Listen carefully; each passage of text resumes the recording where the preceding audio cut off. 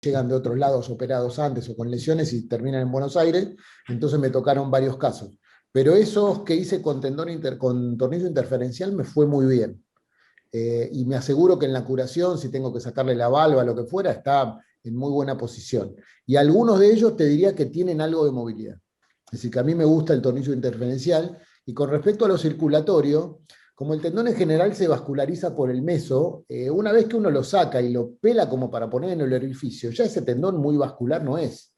Entonces todo lo que recibe lo va a recibir a través de lo que se fije en la cicatriz que haga con el hueso. El tornillo interferencial, digamos, entre la medida del tornillo y la medida del tendón es lo que termina de rellenar para que quede fijo, ¿no? No es que lo aplasta totalmente y lo deja súper chato, como que lo agarra y lo deja fijo. Y lo que sí hago es sacar un pull-out con Vicryl a la planta y después corto el hilo y queda el Vicryl suelto ahí abajo en la planta, pero debajo de la piel.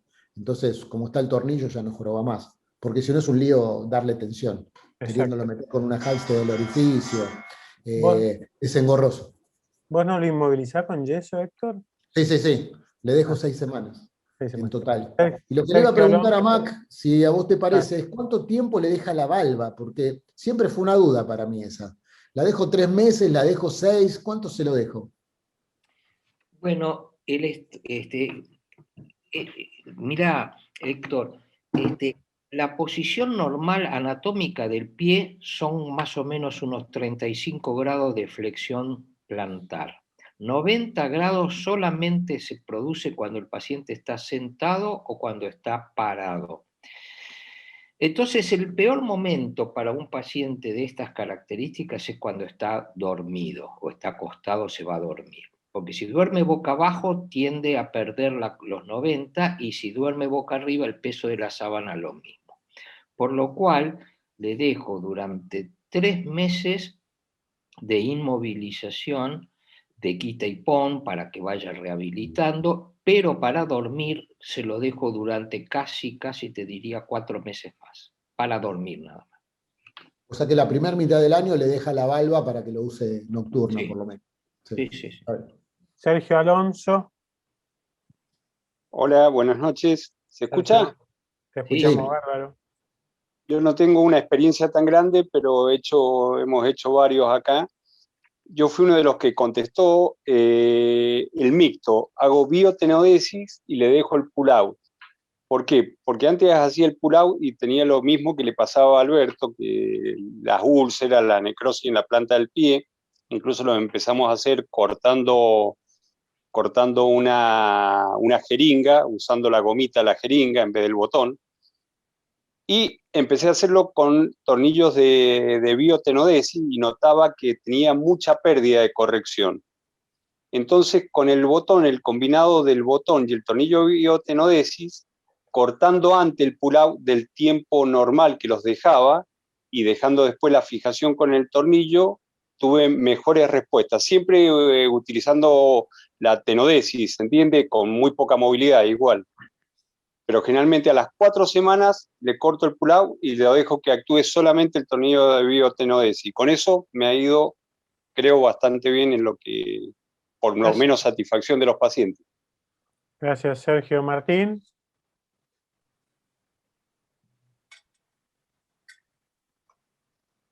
Martín, que levantaste la mano. Desapareció Martín. Vasco, Sí, levantaste. ahí está. Hola, hola, ¿me escuchan? Sí, ahí está Martín, te escuchamos. Perdón que no estoy con cámara porque estoy justo manejando, pero No quería pasa dar mi nada. opinión. Creo que acá lo que primero que hay que diferenciar son dos tipos de pacientes a los cuales uno le hace la transferencia del tibial posterior anterior. El primero es el paciente que está en condiciones óptimas, que nunca ha perdido, por ejemplo, o que no tiene un equinismo rígido y el que tiene el equinismo rígido. Es decir, aquel que se tuvo una lesión del ciático poplito externo y mantuvo ese equino es un tipo de paciente y el que nunca tuvo y el que está con el equino rígido o crónico creo que es otro tipo de paciente, que nos va a resultar difícil uno y otro. El otro tema es el tornillo de biotenodesis. Yo prefiero tornillo de biotenodesis. Acá, ¿cuál es el problema fundamental? Es el costo. Por suerte, hoy tenemos arpones de biotenodesis que se pueden utilizar, que son los que usan en el hombro. El único que, el más grande es el de 5 o 5,5, aunque sin embargo no hace falta más que ese tamaño a mi entender, porque el tamaño del tendón no es mucho más grande que eso. Entonces, yo prefiero utilizar tornillo biotenodesis y en mi experiencia es mucho mejor y más práctico, y por ejemplo, en los pacientes que no tienen un equino crónico andan muy bien, y en los que tienen equino crónico siempre le hago alargamiento del Aquiles. Gracias, Esa es un Martín. poquito mi opinión. Buenísimo, gracias, Martín. Vasco. Bien, a ver, para poner un poquito picante a la conversación. Un tobillo, hola, Albert. Un tobillo rígido no es indicación de una transferencia, Martín. O sea, un equino rígido no es el capítulo que estamos tratando. Yo sé que te debes haber referido a un tobillo que haya estado mucho tiempo en equino, pero tiene que ser la articulación móvil, si no, no es, esto me lo enseñó Alberto y Fernando. La primera transferencia, a eso me refiero. Bueno, pero es fundamental para transmitir, si hay gente más joven, que un tobillo que no tiene movilidad no es un tobillo para transferir. Respecto a lo que decían, la primera transferencia por una parálisis de ciático propio externa la hice con Alberto y con Fernando, que están acá. La canchereó Alberto, como siempre, había hecho un montón. Me dice, mire, Arrondo, esto es muy fácil, hace esto así, lo pone acá, ¿entiende? Y una de las cosas, como ejemplo, y me divirtió mucho a mí, fue que hizo una necrosis del músculo. Y eso fue que después hicimos el mea culpa, porque Alberto y Fernando nos enseñaron siempre a ser muy autocríticos, es abrir bien la membrana interósea, para que el músculo se deslice fácilmente por ahí, porque si no la necrosis muscular es una de las complicaciones que podemos tener en estas transferencias. Y para hacerla corta, yo soy de los que combinan, como comentó Sergio Alonso. Si tiene una prepaga que paga, biotenodesis con pull-out. Y si es pobre, arpones con pull-out. ¿Qué me da el pull-out? O sea, el amarre de cualquiera de los dos elementos en hueso del tarso un poco complejo, ninguno de los dos elementos me da una seguridad absoluta de lograr buena estabilidad. Entonces, prefiero tener pull-out. He tenido complicaciones de úlceras plantares en casi todos, que se curan a la larga, pobre paciente. Pues sería el pull-out como una aumentación. Como una aumentación, exacto. Estaría bueno después preparar algo con esos detalles técnicos, como ahí dijo el Vasco, abrir bien la membrana, si después se pasa supra o subretinacular y todos esos detalles para ver lo que dice la literatura actual. ¿Sí?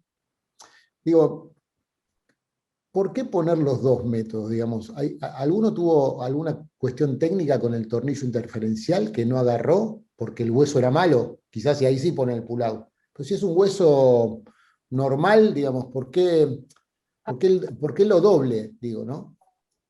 Vasco. Por si había algo técnico que capaz para contar. Es por una cuestión de aumentación. O sea, el hueso, la calidad del hueso del tarso a mí no me asegura un amarre de un tobillo que tenés que sostener con un tendón para evitar la flexión de un tobillo.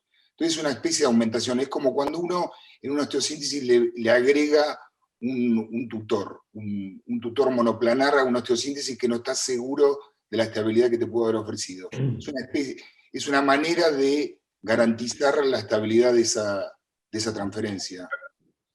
Por ahí estoy equivocado, yo no tengo la verdad. No, yo para saber si tenía alguna cuestión técnica, porque a veces pasa decir, bueno, mira, de tal tornillo, de tal marca, viene de tanto, y cuando le pones el tendón, no te agarra porque te queda más grande, más chico, la cuña no da por el tamaño que tiene. Era por si había algo técnico, pero está bien, es un reasign.